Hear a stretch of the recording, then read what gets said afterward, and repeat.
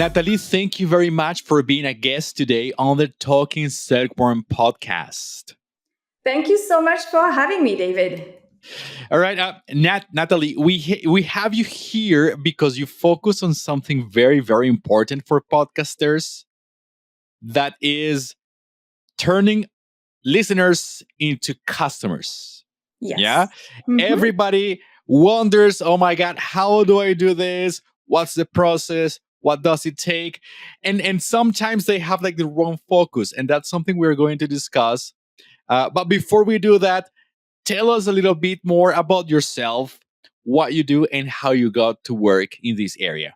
Sure. So my name is Nathalie Doremieux. I live in the south of France. I have been in business for 20 years. We run a family business with my husband. My background is in tech, so software engineer. I worked in the Silicon Valley for 10 years before coming back to France. And for the better part of our business life, we've been building websites, membership sites, online course platforms. And at the start of this year, 2025, my husband and business partner really started to look at podcasting because we have a podcast that was basically a fail. So we can talk about that too. And was like, we could not find out how to connect the podcast to the business. Because, you invest time and money into podcasting or guest podcasting, but you're not seeing the ROI on the other side because you don't know your listeners. And everybody's saying, well, but people listen on Apple and Spotify. So what can I do about it? Well, there is a lot you can do about it. That's what we're going to talk about today. So because we see ourselves as like problem solvers, like, is there a problem? Can we offer a solution? That's when my husband started to think, okay, what can we do to connect the listener that is like, listening to the episode and wants to take the next step? Maybe not book the call right away, but at least start a connection, right? Because, a lot of people, they can sign up to freebies, but a lot of people don't even look at them, right? How many do we have in our download folder that we haven't opened, right? So this is a way, Podcast Lead Flow, that's the name of our product, this is really a way to start that conversation for the person that's ready. And that's really how it all got started. Mm-hmm. And I think it's important to mention, Nathalie, that the tools you develop and the approach you have involves artificial intelligence as well. Yes, absolutely. It involves AI. So we've been involved with AI for over 6 years now, back when we didn't have all the tools that we have now at our disposal, right? But we've always seen AI as an amplifier, a connector, a way to customize, personalize, not a way to replace the human, and write for me, create my course for me, create my website for me. To me, this is all low quality, right? So, but more into, okay, let's use AI to analyze what the episode says. Let's use AI to analyze what the listener is telling us about themselves. And let's use AI to take both and give them a piece of advice that's actually relevant to them. It's like a customized lead magnet, if you will, unique lead magnet for each listener. That's great. All right.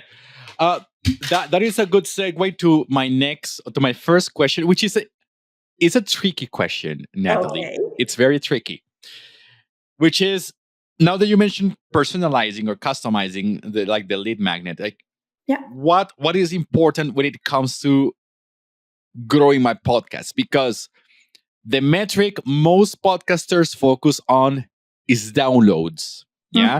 And I have to emphasize here that we are speaking about podcasts, business podcasts. Yes. It's not like a passion project. It's a podcast that is meant for you to build your brand, build your authority, and attract leads.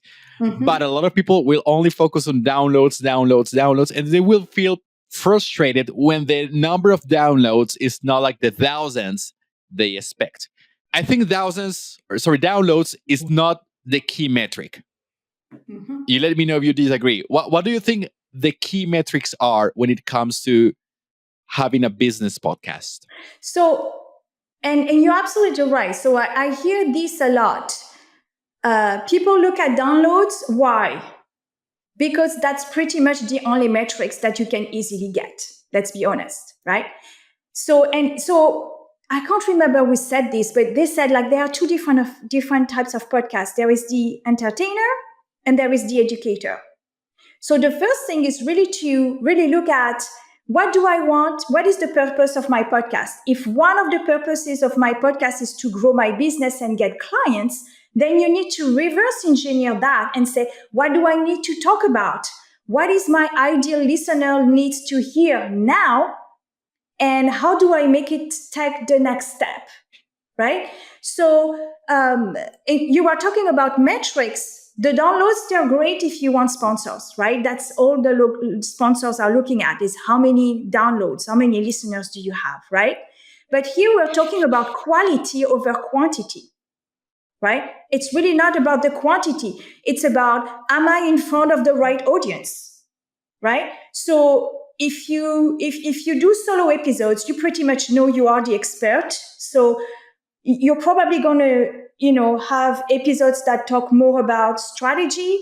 You're going to have some for visibility, that build trust, maybe stories, you mix, like, just like in marketing, you need different kind of episodes. So here we are not talking about doing this for every single episode, but you must create episodes that are really strategically designed to speak to the listener. Think just like when you create a lead magnet, right? Or a mini magnet or an ebook or a guide or something. I'm going to create an episode that talks about my framework. And then I'm going to have a form like a podcast lead flow that is going to ask them where they're at. And then AI is going to be able to tell them, here is your plan based on what you want to achieve, right? So the idea is to be strategic, whether you're going to use AI in podcast lead flow, but at least to be strategic about the call to action, right? What you're going to talk about, make it actionable, okay? A unique call to action and repeat it often. So you can say from the beginning, and by the way, I'm going to have a tool for you, right? So just focus on listening and then you can get the tool afterwards. No need to take notes or something like that. You can mention it in the middle of the episode. And of course, at the end, tell people what to do.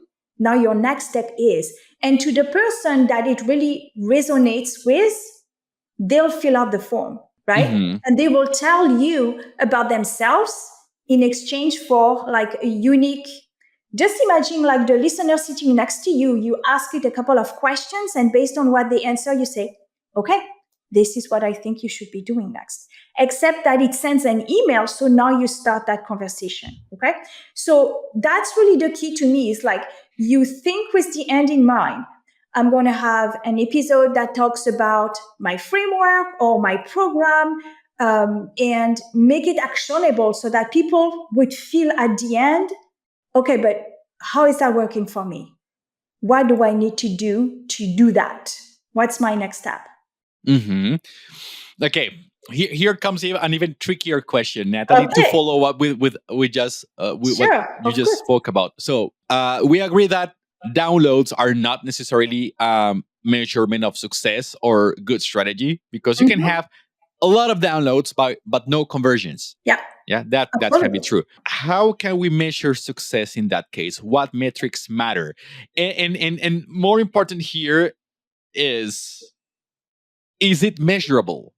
Because we always want to have like, okay, how many or how much? Yes, countable, non-countable. But what if there are some aspects of my strategy that cannot be measured? Some results cannot be measured. Yes. So absolutely.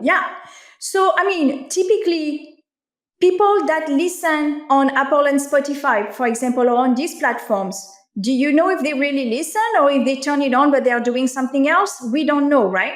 So when you want metrics that you can count on, then you have to decide what those metrics are for you. What are your KPIs? What are your key performance indicators, right?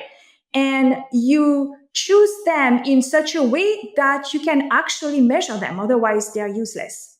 So, for example, you share your episode on these platforms, that's fine, right? But you should also absolutely have it on your own website so that you control what happens next, so that you control the visit to the page. You can control if you just have like a standard freebie, you control if they sign up and if they come from that episode number. That is a good metric, right? Conversion of people coming to the page. How long do they stay on the page? That means is there a chance they're listening? And are they signing up? So if they get to the thank you page, then boom, you got a conversion, okay? But in order to measure this, you measure based on an experiment that you run, right? You don't just like create the page and then you're like, nobody is visiting my page, nobody is listening, therefore the episode is not talking to my audience. No, you still have to put it in front of the audience, right? So that's what you share with your email list. That's what you share on social media. Don't share the Apple and Spotify or say, listen to wherever you want. That is not serving you, right? Like if you want your person, you say, go here on my website because I also have a tool for you to help you implement. Which one do you think the person is going to go if they're really interested by that and the pain is really there, right? So you can still, share over there to get the downloads, the reviews. But in terms of repurposing the episode, right? That is an episode that can last you for several years if it converts. It's like a lead magnet on steroids, if you will. They listen to your voice, right?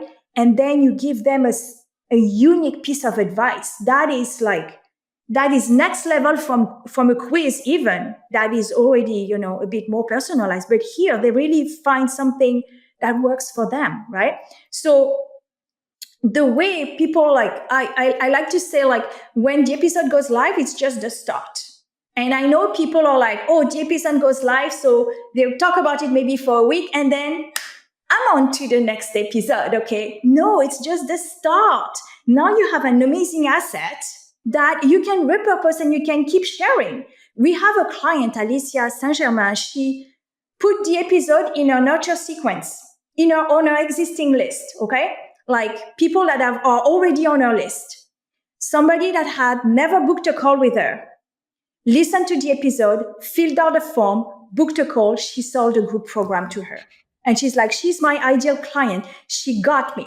And what Alicia said is like, I really like the email that she got because she can see it, she's CC'd on it. So she can literally start a one-on-one conversation by email. But she said, what's most important is that make me connect with her. It's not about the email. It's the fact that I know I reached out and she basically, took my hand and like she took the help, right? And then we started connecting. So that's why I'm saying it's not like quantity, like let's get a whole bunch of people. We don't even know if they are the right people for our business, but let's get some listeners. It's not about that. It's about making sure that it's going to attract the right people. And the people are like, I'm not going to fill out a form. That sounds like a lot of work. Probably is not in pain anymore enough to get that piece of advice. Great. I love how you phrased it. You said publishing the episode is just the start. Yes. That's the first step. A lot of entrepreneurs who create podcasts think that's the end goal, publishing. But that's actually the first step for you to build that relationship with that potential client or that lead. Exactly. Yeah, absolutely. So, I mean, I know, I have a podcast. It's got 137 episodes, and I was never able to be able to connect with my listeners. But I know my clients were listening and telling me that they really enjoyed it. Right. So it's really about like, you're building great stuff. Like this is an asset for your business that now you have that you can keep using. Right. And yet people go, I guess because I don't know. I don't know why people like, well, I think they feel the pressure of like, I have to have an episode every week. So their focus is on creation. What should I talk about? What guests should I invite? Right? Instead of thinking strategy for podcast. Yeah, I think that's key. Creation does take a lot of work. That's why I always insist you should not focus on the editing or production part of the show. You should always delegate that part, and you should be focused on the topics, key topics, understanding your audience and the strategy. Yeah. Yeah, not on making sure that there are no breaths in your audio, which happens, or oh, I didn't like how this sentence sounded, so I want to change this or record. It happens a lot. Like people getting their own way because they want that. I always paint it like a cake. Like you're trying to sell this beautiful, perfect cake. Yeah, that is super tasty, super yummy, but nobody knows about it Yeah. because you want to make it so perfect that it never goes out of the store. Yeah, you never, nobody ever gets to see it because you're Exactly. focused only on what it looks like instead of like delivering it to the customer. Exactly. Yeah. I mean, I'm sure you've heard this in business, 20% creation, 80% marketing. I think Mm-hmm. it's the same with podcast. It's really the same. It's Mm-hmm. about what you do with that asset, right? If you're waiting for people that are listening on their phone to go back and remember the URL, some people will, okay? But there is so much that you can do, on your own website, where you really have control over the next step. Mm-hmm. Okay. And that you can measure. Yeah. That sounds great. This sounds great. On the same note, what are strategies or tools I can use to move a listener from like passive listening into engaging with my content or engaging with the freebie or engaging with the lead magnet I have for them? Yeah. Well, I don't know if you listen to a lot of podcasts, but I've been recently, like really binging. And what I'm seeing, when I'm connecting is when there is stories that is within.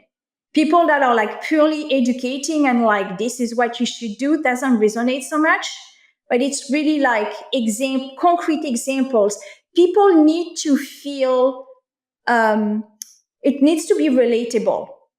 It definitely should not be perfect because people don't connect with perfection, right? So I am one of those people that don't mind and actually I never edited my episodes because they're just the way we talk, a conversation, unless there is a really beep, like you need to cut or something that goes wrong, but like it's a conversation by default. And I think it makes it so much more human, right? So that's my opinion. So I think that's what connects with people is like you make it relatable. You hook them from the start into a pain, a struggle, or something that they are interested in. And once you get their interest, then the episode is about the journey to get them to see that there is a potential solution, right? And they might not be that far from being able to make progress, right? And then the goal of your call to action is the next natural step. So typically, if you work with someone or you have a program or something, and if you've been doing, the same thing over and over with people, you have kind of like a system, a framework, a process that you kind of like would explain and where people would be able to identify, oh yeah, that part I don't have, right?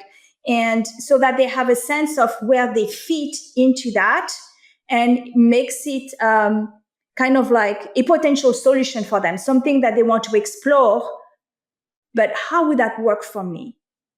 Right? And that's all you need. You don't need to sell them with the podcast, right? Especially if they have never heard of you before, right? You just need to get them to take the next step.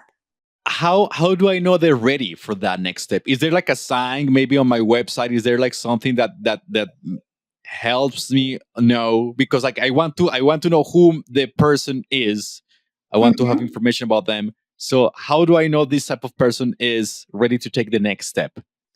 So, I mean, the person that's ready to take the next step is the person that is going to take you up on the call to action, right? So if you say, fill out the form to get like a resource, like a checklist or something, that person is more likely to take the next step than the person that doesn't.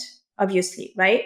So the person that is really to take the next step is the person that has the problem that you can solve for them. So talk to the problem, right? And what your solution is, like how you work with people, if that is what you do. And there needs to be some story about, you as well, especially if they don't know you at all, right? But really that's the best measure of if somebody is ready is if they take your call to action. And the call to action needs to be something that helps them right now, not in 6 months, right? So that's the measure. Okay. That's important to know. Now, Nathalie, Yeah. how do I customize the calls to action or the lead magnet to the person? Because there might be quite a few different client profiles. Maybe I don't have clarity on who my client is yet, because that also happens, or it keeps changing because like client personas are dynamic. Yeah. How do I make sure whatever lead magnet I create is relevant for each of these listeners? Yeah. So basically, again, you go with the end in mind. And what you need to know is like for every type of client, every avatar, let's call it an avatar, right? You have to know what is their level of awareness, of the problem, and their level of awareness of the solution. So your freebie needs to be something that is connected to that. Like if there is a gap between their level of awareness and what you offer, like they need that, but they don't know, then it's never going to connect, right? So you need to know every single avatar where they're at, like with the problem, are they aware about the problem? Are they aware about a potential solution like yours? And do they know you, right? Those are like the 3 levels basically of awareness, right? But if you have multiple avatars, you have multiple freebies because they have different problem, different angles. That doesn't mean that the product at the end or the offer is not the same. It could be. But if their pain, they come from a different pain, right, or a different need, then the lead magnet needs to match that. It needs to meet them there. Mm-hmm. I find it very tricky, and I'm sure you have been there as well. Like people think they have a problem, but actually that's not the problem. The problem is a different thing. Yes, like they have an idea of what the problem is, but the problem is something different. Yeah.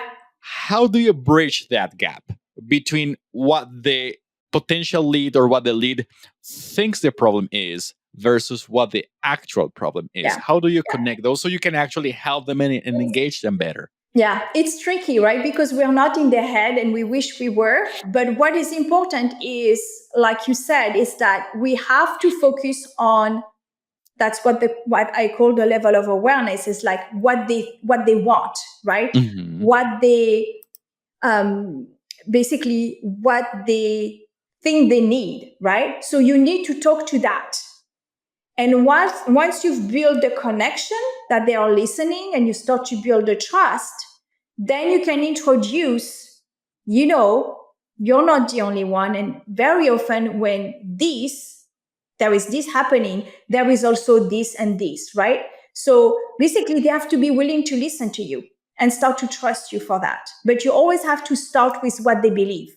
Because otherwise they're like, no, that's not me. That's not my problem. But you have to speak to what they think their problem is. That's always the start. Okay. Yes. I agree. You have to talk about what they have in mind, and then like on the sides and try to introduce exactly the actual sources of the. And you can be very open. You can say, you have this problem, and I know you think that this is the problem, but I want to offer you a different perspective. What if this, and you get them to think. And if they're like, yeah, that's my problem, then you haven't told them this is your problem. You have helped them kind of like see that it could be something else. And they're like, yeah, no, this is my problem. And they kind of have a feeling that they find that. That it's that, you see what I mean? Like you guide them, like these are some options. I want you to explore something, this and this and this, and to get them to see that maybe there are other reasons. Yeah, I totally agree with that. If there is like a small step that an entrepreneur can take right now to start converting those listeners into leads, what do you think they should do first? So, if they are a host of a podcast, I think that the first step is really to get clear on who is the ideal listener that they want to talk to, right? Imagine that that person is sitting next to you. What do you want to tell them? What do they need to know in order to say, okay, how can you help me? Right? And that should be an episode that you record. Right? Because that's basically you saying, you have this problem, this is a potential solution, this is how I help people. Of course, if you just have this episode and people that don't know you at all haven't listened to other episodes, they might not take you up on booking a call right away, right? They don't know you, but they might sign up to a freebie to say, that sounds interesting. It's like it's aligned with the way I think. Why not? Right? So I think that would be the first step. Another way, actually, that is actually even depending on where you are with your podcast, but is to do guest podcasting. Because the advantage of guest podcasting is that you're being put in front of audiences. So if you have like a strong opinion on something, right? Or if you have something to say that is not what everybody else is saying, then you can get on a podcast that has your audience. So you have to check that it's your audience, right? Otherwise, it doesn't really help. And then as a guest, you can provide that expertise. And then you share that episode. That episode is going to be shared by the host, but as a guest, you can also share this episode. And, with a tool like Podcast Lead Flow, you can add a form and get people to. So you can use the visibility, of the podcast, if it's, a nice podcast with a nice following. But then you reshare this episode that you were on a guest as an asset that now you have, and where you can start to build an audience and connect with that ideal listener. It's always thinking of this one listener that needs what you have.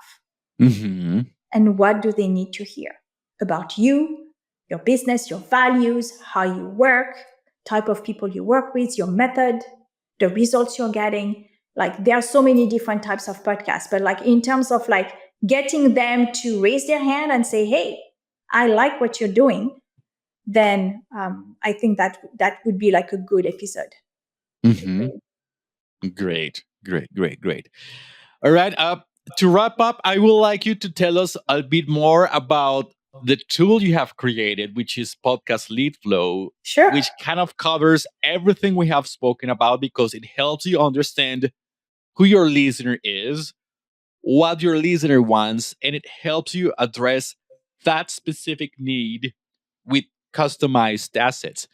Which I think it's so cool. I had never seen something like that before, and this is something maybe a lot of or most business podcasters are going to be interested in because they're doing it to convert. They are not doing it for fun. Maybe they have a lot of fun. I think podcasting is fun, but there is a reason, a business reason behind it. So tell us a bit more about what Podcast Lead Flow is, how it works, and what results it delivers to the podcasters who implement it. Yeah. So basically, Podcast Lead Flow is a tool that can take an episode, right, and use the transcript as knowledge expertise, and then create a form that people can fill out. Everything is generated by AI. So AI is going to analyze an episode, right? It's going to come up with 3 questions that it could ask someone, and it's going to use the answers that the listener, enters as context, and it's going to come up with an output. So, for example, if you're sharing your 4-step framework to help people grow their visibility on LinkedIn. I'm making this up, right? Then it's going to ask them very specific question. And based on that, it's going to send them an email with their 4-step plan based on where they're at. So that's basically a tool that helps you start a conversation by email with a listener that wants to implement what you talked about in the episode, basically, right? So it requires that you have your own website, obviously. You could have the form and put a link on your show notes, but we know that most people don't read show notes. Some people don't even know they're there. So you can keep adding things. I see amazing show notes, big like this with so many call to actions and things to do. I don't think it works that well for people, but I think they do it because they don't know what else to do. But and share basically, then you can share that episode, on social, on your list, in all the places that you typically share your podcast, on other podcasts as well. And that's how people are going to be able to connect. So of course, the big thing, and you talked about it at the end, is metrics. You're going to be able to see who fills out the form. They can be automatically added to your CRM if you want to. You can tag them so you can know, they come from episode 147, right? And you can customize the output. You can be CC'd on the email. So a couple of days later, you can say, hey, did you enjoy, my little tip? And then you can add more to it, by email. And then you can start a conversation if you want to. You can have the email say just hit reply, or the call to action can just be sign up to this waiting list if you want to be notified, right? But the goal is the connection, by email, right? So that's basically the tool, right? It's pretty straightforward. It's not meant to be installed on every episode. It needs to be an episode that's actionable, right? Okay. It needs to be an episode that doesn't say, leave a review, subscribe, and all the stuff. Go and follow me on Instagram and follow me on LinkedIn, Oh, and by the way, I have a tool, right? That is not going to work as well. You're asking them to do 5 things, right? So it's like the most strategy. It's just like when you have a landing page for a freebie. You don't ask them to do 5 things. You have to do 1 thing. So the challenge a bit, if you will, is really to see it as a form of lead magnet, right? A customized lead magnet. That means that they need to stay focused. So if you can mention that in the episode, that you're going to have much better conversions, right? Do I need to be like a tech expert to implement this on my website? Do I need like a coding background, or do I need like technical person to just jump in and make this happen on my website? No, absolutely not. So in fact, it is all like at the push of a button, literally, right? So it will, because it's generated by AI, the foundation is generated by the AI. So you have a suggestions button. Once you've selected your episode, you click suggestions. It's going to create the 3 questions and the prompt, but you can go back and change it if you want to, right? So AI creates everything, and then you can go back and say, you know what, I want to change the questions, because AI only gets it from your episode, but you might have more insights. You might want to add 1 question, or things like that.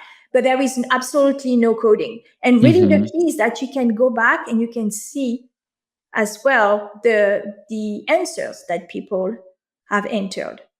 So if you're selling high tickets through sales calls, for example, well, before the call, you can go back. You've seen the emails that they got because you got CC'd on it, but you can go back and see what they say their pain was, right? What they answered in the questions. And that is very valuable information when you get into a sales call. I have another question that is a bit more technical. Does this work in any type of platform for websites? Like, for example, if I have a Squarespace, or if I have Kajabi, or if I have WordPress, will this work on any type of platform? I hear this a lot. So the product is primarily a WordPress plugin, just because we work on WordPress. However, we do have an iframe version. So anywhere you can embed an iframe, you can add it. So that means the Pad Page, the Kajabi, all these places, the Squarespace, will work as well. Okay. That's very good to know.